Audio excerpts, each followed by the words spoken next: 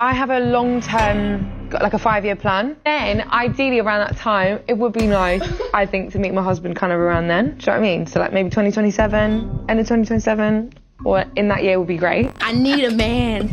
So I said those three. Okay, yeah. It needs to be a man that is cool with me being me. That doesn't mean not respecting and honoring him, but just having my own world, Shine. you know, being able to do my own stuff, you know, Independent. Independent, Yes, you know what I mean? It seems that Michael B. Jordan has been winning in life after the harlot that is Lori Harvey, and he apparently is receiving current backlash in regards to a new relationship that he has started with a lovely young lady who's not that known in the United States. Nevertheless, we're going to hop over to O'Shea Duke Jackson's channel. What's up, brother? In order to get the official coverage. All right, let's get active on this one. Without further ado. Ever since Michael B. Jordan and Lori Harvey split, Michael B. Jordan's love life is literally like a soap opera. People are always trying to guess who is going to be the next lady to replace Lori, or when he's finally going to settle down. And ever since that last high-profile relationship that ended almost 5 years ago, Michael B. Jordan has been doing nothing but winning, and winning big. That's the one good thing about being a man. You can literally just step away from dating and mating, and if you start working on yourself, you can really get a lot of opportunities, and you can get a lot of eyeballs on you, and that's always great. He's right, you know.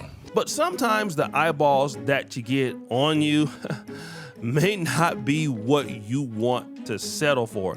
It's two things to be able to get something. It's another thing to get what you want. For example, Would you circle the block with anyone? Ooh. There is one, if, you know, they called, I would answer. Baby. now this is Drew Sidora, an ex of Michael B. Jordan who wanted to spin the block to see if she still had a shot. Well, and then When you start to speak life into those things, I feel it. fast forward to Michael B. come Jordan. back. I feel it too. We're gonna see you in just a little bit. What'd you say, baby? I said I feel it Michael B. too. Jordan. there's another chick that had a baby by a guy who had no money. Too by late, the name baby. of Darius Jackson, and now she's hoping that Michael B. Jordan will come through and. You made your decision. But you get no cigar. Michael B. Jordan don't have no time for ladies like this. And in my honest opinion, on their last leg in the relationship market. Michael B. Jordan don't want them, and a lot of guys that have something to lose don't want them either. But that don't mean that Michael B. Jordan don't want somebody. Recently, a story broke in the Los Angeles area that Michael B. Jordan was hanging out with his family and also on a roller coaster with a very beautiful singer by the name of Ray. Now, I've never heard of this lady before, but apparently she made this song called Escapism. She is 28 years old, and Michael B. Jordan is 29, and everybody 39. is speculating about this relationship. Yeah, he's 39. And I'll be honest, the young brother is of American descent, all right? And at this point, he's an honorary passport, bro, because if you got to go overseas for dating opportunities, all right, that means that there's something cooking over here in the States. Evidently, she's from London. Now, that's not as far east as what your boy generally would like to go. Also, too, we're going to take a look at her Instagram. We're going to see some fundamental differences between her and as well as Lori Harvey, who, by the way, was in Playboy, okay? Let's proceed. The one thing that I thought was very interesting was the fact that she was Black British. Now, I want to compare her, if I can, to the other ladies who are on this particular graph here. Ray is like 28 years old or 27. She has absolutely no kids. She's never been married. Let's compare that to Drew Sidora, who is 40. She got 3 kids. Now she is Black American, and she's going through a divorce. Damn. Then we got Keke Palmer, who also won a Michael B. Jordan. She's in her 32? 30s. She got kids. I thought Keke was older. She's never been married before, but obviously she's from our community. And the reason why I put this graph up is because it's so easy to see why Ray is winning. And it's not only because of the age and she don't have any kids. This is why.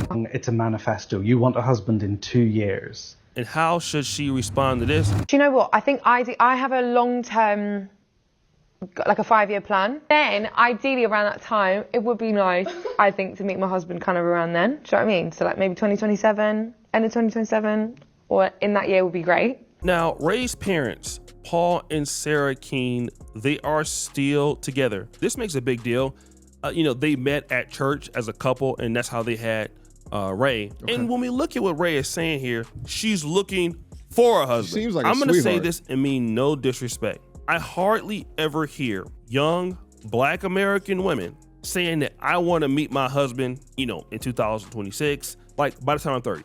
I largely don't see that. The fact that she's talked about this in the past means that she's serious about it. Now, for a woman who wants to be a wife, means that she prioritizes marriage. Now, obviously she's in a career, but she's prioritizing it. And it's not always a by the way thing, because she's let it be known, and she's let it be known like, well, you know what, I could do it by 2027, but that's something that she wants to do. And the reason why she wants to do it is because she's seen it in her own home with her parents. And to be honest, you see women that come from the right marriage households, especially the household that the father leads. Like Amy Winehouse. It's important. It can make men really want to be interested in the woman. And I believe that's kind of what brought Michael B. Jordan towards Lori Harvey in the first place, because Steve Harvey was there. But then here's something else that I want to add to the game. A lot of Black men, once they get experience dating Black American women, they make what I call a diaspora pivot. This is something that I've talked about to Dr. T.S. Johnson about 4 or 5 years ago. I forgot the episode. This is something that I talk about with friends that are academics or just people that I know offline. Once a Black man, a prominent Black man, has somewhat of a level of bad of experiences with Black American women, but he still loves Black women, it is not uncommon for that Black man to go to the diaspora. Well, and that means Black British, Black European, African women, the Caribbean women. Well, right? Can I just, I can simply describe what's happening here. Typically, as you become more successful within life, right, you gain a lot more resources, a lot more status. We become a lot more conservative, right? And the majority of Black American women are liberal as hell. So there is a clear fundamental difference, and I'm not even just talking about politically, right? Like, it's just the way that they conduct themselves. And what's interesting is that our mindsets, our thoughts are generally, where we come from, is that of a conservative people, okay? This is why post Jim Crow, we had some of the highest marriage rates, right? That's where we come from. Last month, my Facebook page alone generated over $13,000. That number is so ridiculous. Why?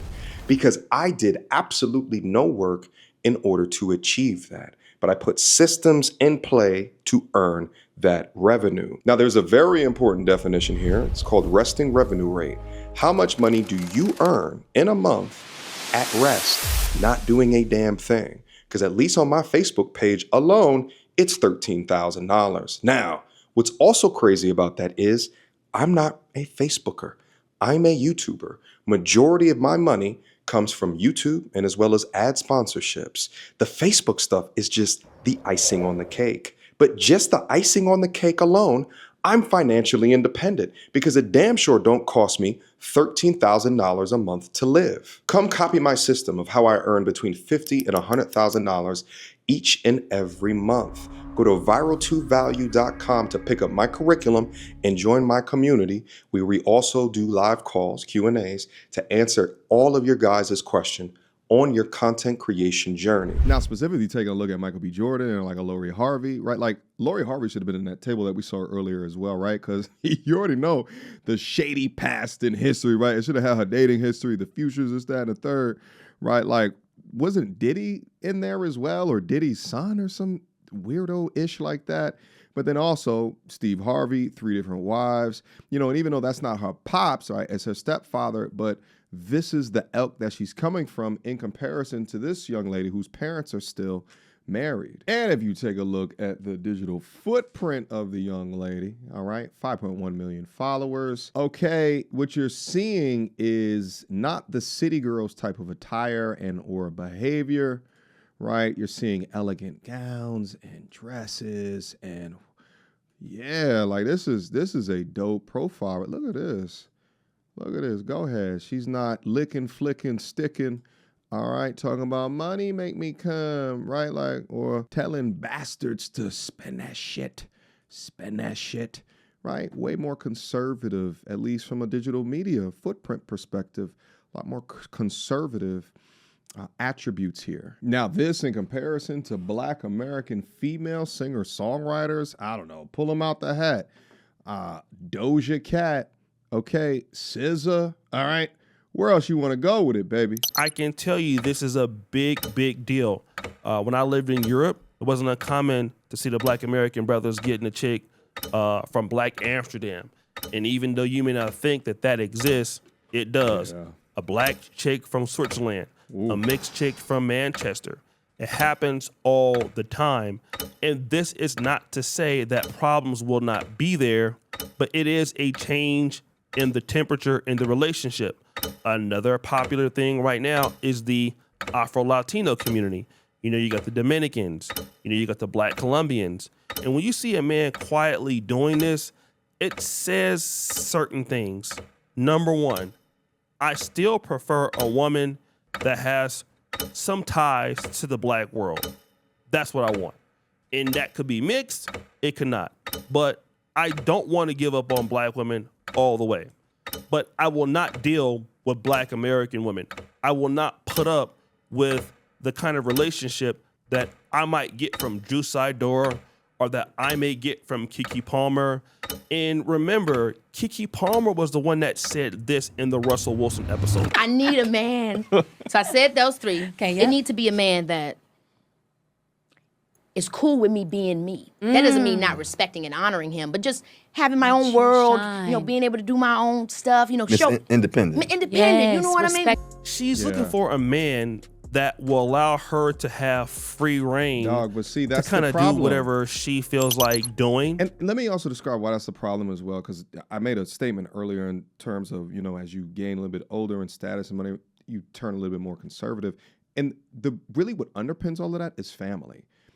Liberal-minded women are typically more fun times, okay? But when you think about the mindset is necessary for child rearing or for family building or for discipline instilling, right? It typically will come with much more of a conservative, right? Traditional family roles, mother, father, two-parent household.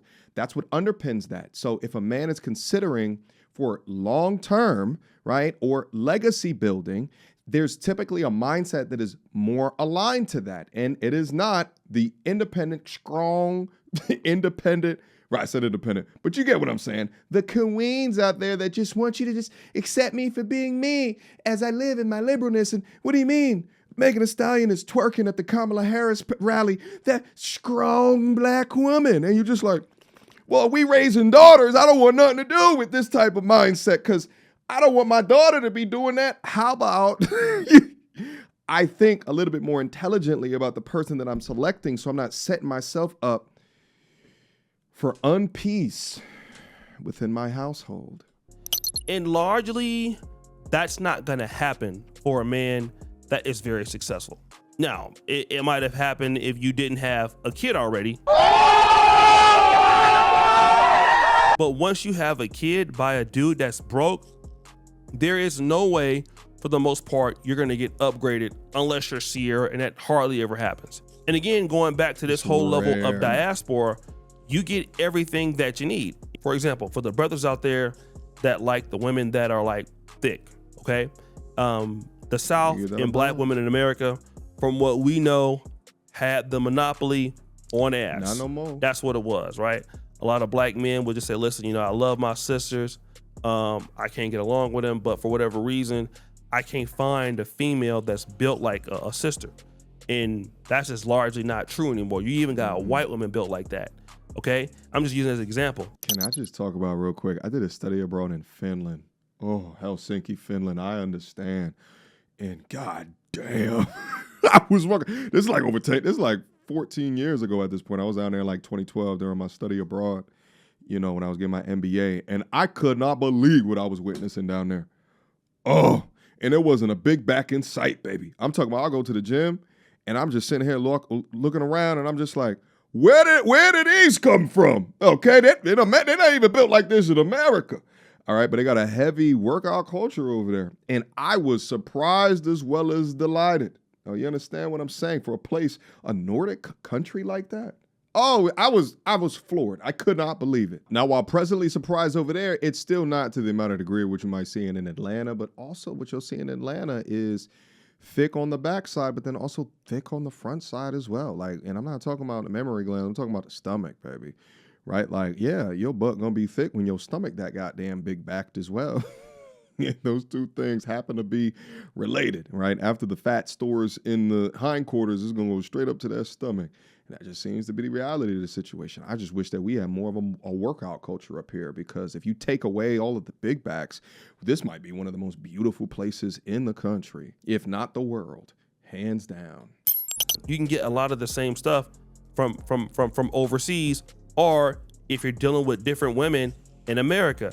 I got a homeboy, like I told you, he comes to Uganda. He stays 2 to 3 months out of the year. He does not even date in America anymore. And what this does, it reduces Black American women as a utility in America and not a romantic interest in America, okay? And that doesn't mean that all Black American women are bad, because they're not.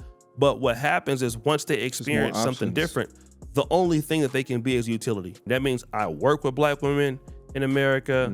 I call a company and they're taking care of my payments or my accounts, or I go to church with them, but that's largely just gonna be it. All romantic interest is over. If I want a feminine woman, I don't believe I can get it in Black America at all. I'm not even gonna try.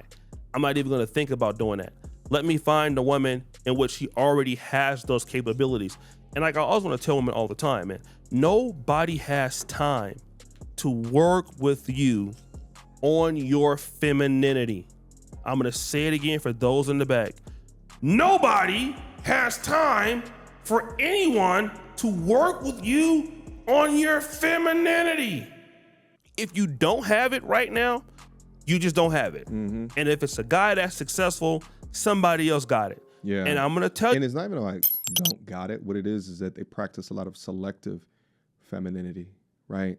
There is a minimum requirements for them in order to have this type of behavior, where being feminine most of the time should be the gold standard. And here's the thing, just from a numbers perspective, most Black men are selecting Black women. It begins to widen in disparity the higher the income of that man, but then that man also has more access to plane tickets, right? To go to other places and see other things and study other behavior. So then that man now has the optionality that's not just predicated on where he's at, but he has a worldly optionality. It's still not dominant, right? But I do think in the next 10 to 15 years, the new American dream is going to be to leave America. There's many things that I believe that are marketed here as being the best in the world that I think simply is just not true anymore. There's a lot of propaganda that we keep as citizens of the United States that simply do not benefit us. A lot of the brothers out there truly believe, I'm not saying all, but I've seen this. The more a woman is mixed race, the more feminine she's gonna be, provided some of the parameters are true. Number one, she grows up with both parents in the house, right? The dad is still there. Number two, if she's from certain levels of European countries, like if you find somebody Black and Polish, for example, super feminine, right? Black and German, to a certain degree, feminine. Black in Switzerland, in the UK, right? That person comes from a completely different environment than Black American women. Exposed to different things. And I understand the reasons why Black American women have to be what they are to a certain degree. I get it. But that's not gonna be able to get a man that's had so much exposure. And I'm seeing it all the time. When you see a lot of these brothers going to the DR, to Colombia, guys going to Kenya, that's what they're saying. We still like Black women. We just don't want to deal with the everyday stuff to deal with them. And that's all Michael B. Jordan is doing right now. If this comes true, this is what we're seeing. he'll never come out and say this, but what you're seeing is that whatever the potential problems may be in the community, he doesn't want to deal with it. And a lot of the men are making this decision all the time, even the rappers, the hood rappers. You know, they're getting the mixed ladies or some of the white chicks, and people think it's just preference. Some of it is just preference, and then some of it is not preference. Some of it is exposure. And for some of the brothers, some sisters may just be too hard to deal with. And I've lived out of the country for like 11 years. And, you know, I love Black American women, but it would be difficult to a certain extent. Not to say it's impossible, because I would love to still be with my people, but it would be almost difficult after experiencing what I've seen around the world and what you know you can get, especially somebody like Michael B. Jordan, who's a super celebrity. It's almost over. And if you continue to get these black men going towards the diaspora, you know, to Africa, to the DR, to Latin America, it's a big problem, especially if those women are in the States. It's an issue. And I just think that Black American women just can't cover that territory, because the first argument was, well, you don't like black women, right? And then you can go ahead and get somebody else that's black. That person you get that's black, they're gonna say, well, that person's mixed. But what about if the person is from Africa? Like I said, I got a homeboy from Del Paso Heights. He came out here, he was on my Pan-African dating show. He got married, got 2 kids from a black, dark-skinned Ugandan. He comes out here every year, spends 3 months out the year, you know, with his wife, and he goes back, like not even concerned. And that's scary. And when guys like Michael B. Jordan are making that same decision that everyday black men are making, it's really scary, guys. Like, what will happen for black women in times to come in the next 5 to 10 years? Like, this is only going to get worse, in my honest opinion. So, guys, what do you think? It's your boy. Well, listen, here's the thing: is I think that the majority of black women are looking for black men, and I think that it's a larger majority of black men that are just looking for women. Like, so the thing is that, and shout out to my MTRs, because I know that there's still lovely young ladies that are out there. And what's also interesting about that is, now that I'm a little bit out more within the Atlanta scene, I'm beginning to really understand the degree of damage that exists out here as well. Just having conversations with some of these angry, bitter, 30-ish, around the age of 30 young ladies, you could just see the torture that they constantly bring themselves through within their misandrous values or whatever goals that they have within life, which is inadvertently, probably on their behalf, contradicting where it is that they're trying to go within their life. These women want families, but they hate men. They have a low barometer hate for men. And then while shaming these men that want to go elsewhere to explore their options, it is fundamentally fascinating to see this development, right? And you literally, if you're in a dating game right now, you see it happening in real time. And here's the thing, for all my G's out there, all right, this is what I want for all of y'all, all my bros, okay? Understand that you have options. Especially if you're from the United States, because they love us abroad. Like, they love us, baby. They love us. And I really realized that when I first did my first like international tour. This is when I hit like, it was like 11 or 12 countries in one fell swoop. All right, when I did my study abroad, this is like 14, 15 years ago or something like that at this current junction. I remember being in London and having a group of girls. They heard my accent. We were going on like this ferry. I think it was from like London to France. It's some ferry. And it was this group of girls that heard my accent, and they all stopped, and they were like all talking to me all crazy, and they wanted to take photos with me. And that's up until even me being here in Atlanta this past weekend. I'm over at the local function, all right? I'm at the local function, and I had this group of women, and they were like this. They were like this.